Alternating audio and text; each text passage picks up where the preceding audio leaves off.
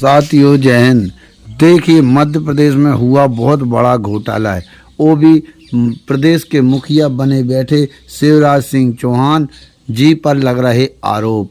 देखिए कैसे ये अपने आप को मामा कहते हैं और भनेजनों और अपनी बहनों के हक का पोषण आहार खा गए।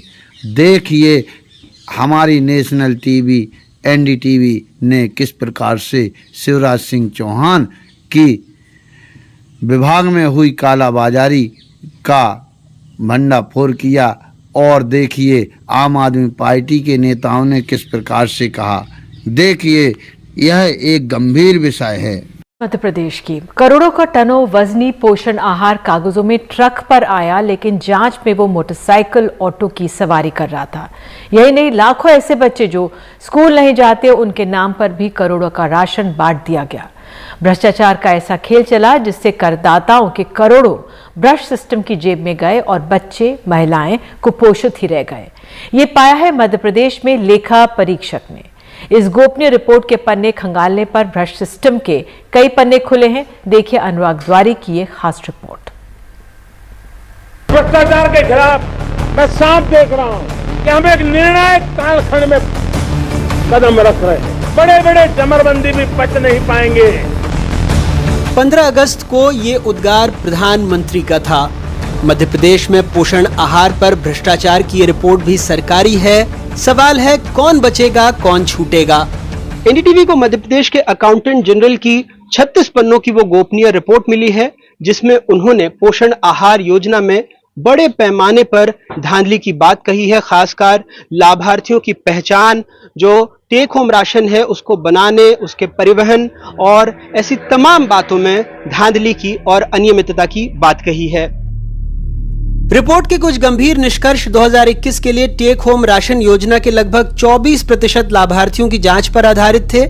इस योजना के तहत 49,58,000 पंजीकृत बच्चों और महिलाओं को पोषण आहार दिया जाना था।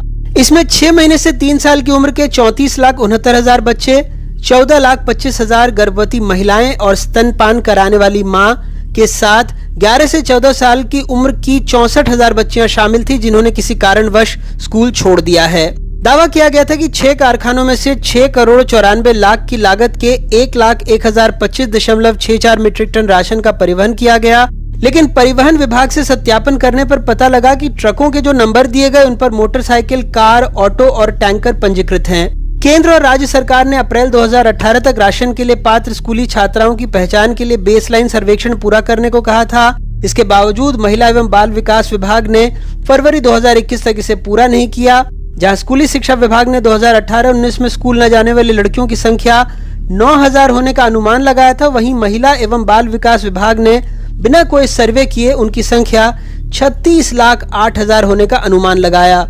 जांच के दौरान पाया गया कि 8 जिलों के 49 आंगनबाड़ी केंद्रों में केवल 3 स्कूल न जाने वाली लड़कियों का पंजीकरण किया गया है। हालांकि उन्हीं 49 आंगनबाड़ी केंद्रों के तहत WCD विभाग ने 63,748 लड़कियों को सूचीबद्ध किया और 2018 और 21 के दौरान उनमें से 29,104 की मदद करने का दावा किया। साफ तौर पर यहां आंकड़ों में हेर फेर करके 110 करोड़ 83 लाख मूल्य के राशन का फर्जीवाड़ा हुआ।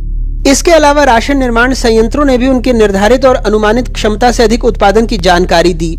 जब कच्चे माल और बिजली की खपत की तुलना की गई तो पाया गया कि इसमें 58 करोड़ रुपए की हेराफेरी की गई। मध्य प्रदेश के बाड़ी, धार, मंडला, रीवा, सागर और शिवपुरी में 6 संयंत्रों ने 4 करोड़ 95 लाख रुपए की लागत से 821 मीट्रिक टन राशन की आपूर्ति करने का दावा किया, जबकि उस दिन उनके स्टॉक में उतना राशन था ही नहीं। 8 जिलों में बाल विकास परियोजना अधिकारियों ने संयंत्रों से 97,000 मीट्रिक टन से अधिक राशन प्राप्त किया, जबकि परिवहन करके सिर्फ 86,000 मीट्रिक टन आंगनबाड़ियों को भेजा गया। बाकी 62 करोड़ 72 लाख की लागत से 10,000 से अधिक मीट्रिक टन का राशन न तो परिवहन किया गया और न ही गोदाम में उपलब्ध था। यह दर्शाता है कि यहाँ भी गड़बड़ी हुई। सरकार कह रही है ऑडिट रिपोर्ट को अंतिम नहीं मान सकते। CAG रिपोर्ट कोई भी होती है, उसकी राय होती है, वो अंतिम नहीं होती। पहली बात तो ये समझ, ये एक प्रक्रिया का हिस्सा है। लोक लेखा समिति में जो विधानसभा के अंदर विधायकों की होती है और प्रतिपक्ष का व्यक्ति उसके अंदर लोक लेखा समिति का अध्यक्ष होता है, कभी कभी वहां भी जाती हैं, तो इसलिए ये कहना ठीक नहीं है कि ये अंतिम है। हम तो सिर्फ इतना कहना चाहते हैं मुख्यमंत्री जी से और जानना चाहते हैं इस प्रदेश के नागरिक के नाते कि हर घोटाले में मुख्यमंत्री जी के प्रभार या मंत्रालय का नाम सामने आना एक संयोग है, संकल्प है, षड्यंत्र है या उनकी आदत में शुमार है, वो सार्वजनिक होना चाहिए। चलिए, रिपोर्ट अंतिम नहीं, कर लीजिए परीक्षण, लेकिन इन तस्वीरों का क्या करेंगे?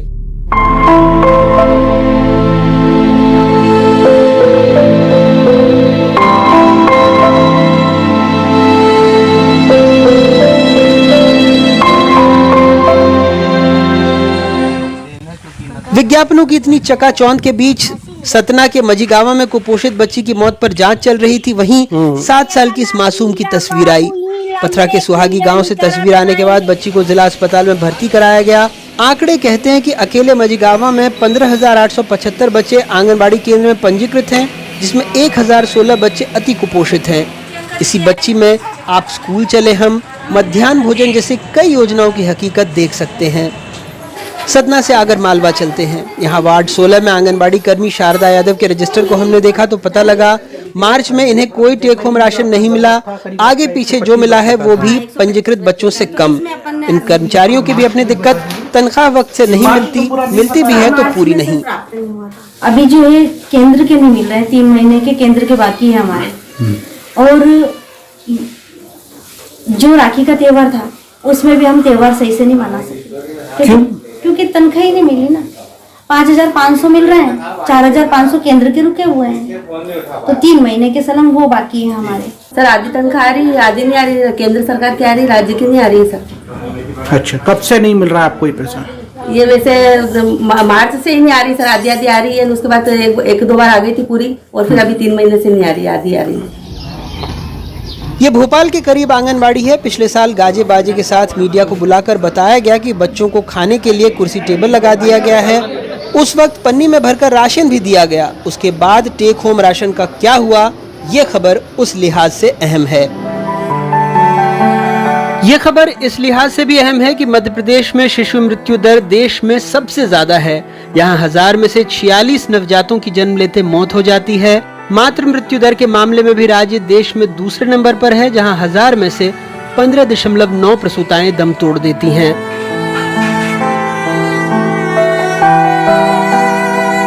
दो 2020 में उपचुनाव में हार के बाद महिला बाल विकास मंत्री इमरती देवी ने अपने पद से इस्तीफा दे दिया था। उसके बाद से विभाग मुख्यमंत्री शिवराज सिंह चौहान के पास ही है। विभाग में एसीएस से लेकर कर्मचारियों की लंबी फौज है, फिर भी ऐसे बड़े घोटाले हो रहे हैं। इस मामले में हमने जवाब मांगा, लेकिन जिन्हें जवाब देना है वो राज्य के मुखिया हैं और अब तक चुप हैं। भोपाल से कैमरा पर्सन रिजवान खान, आगर मालवा से जफर मुल्तानी, सतना से ज्ञान शुक्ला के साथ अनुराग द्वारी, एनडीटीवी इंडिया।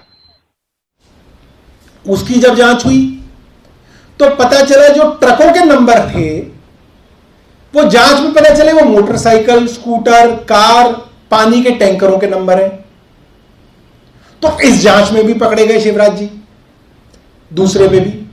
अब तीसरी चीज है जहां पे आपने बांटा कि भाई किनको बांटा, लाभार्थी कौन है। अब लाभार्थियों के अंदर भी जो डेटा है वो बड़ा चौंकाने वाला है कि जो एजुकेशन डिपार्टमेंट है वो कहता है out of school adolescent girls, ये जो लड़कियां हैं जो स्कूल से निकली, इन्होंने स्कूल छोड़ दिया, वो 2018-19 में 9,000 है। ये स्कूल का डेटा है, जिनको पता है कि हमारे स्कूल से कितनी लड़कियां निकली। और जो इस डिपार्टमेंट ने, women and child welfare department ने अपनी बिना सर्वे किए जो जानकारी दी और एस्टिमेट लगाया, वो लगाया 36,08,000 बच्चे। अब प्रधानमंत्री जी इतने दिनों से कह रहे हैं, लाल किले पर चढ़ के प्रधानमंत्री जी ने कहा कि मैं भ्रष्टाचार के खिलाफ हूं। हम उनकी बात मानते नहीं है, मगर अगर उनकी बात मानी भी जाए तो ये तो भ्रष्टाचार की इतनी बड़ी कहानी इतने दिनों से टेलीविजन चैनल्स पे चल रही है, उनके अपने राज्य के मुख्यमंत्री के खिलाफ है। क्योंकि शिवराज सिंह चौहान जो है उनके अंडर ये सीधा डिपार्टमेंट आता है। इसकी जांच जो है प्रधानमंत्री जी को सीबीआई से करानी चाहिए। डेफिनेटली इसके अंदर मनी लॉन्ड्रिंग हुई है, इसके अंदर ईडी से जांच करानी चाहिए। और आज आम आदमी पार्टी के सभी विधायक जो हैं दोपहर में सीबीआई दफ्तर जाएंगे और मांग करेंगे कि इसकी सीबीआई से जांच कराई जाए। ये बहुत बड़ा मामला है।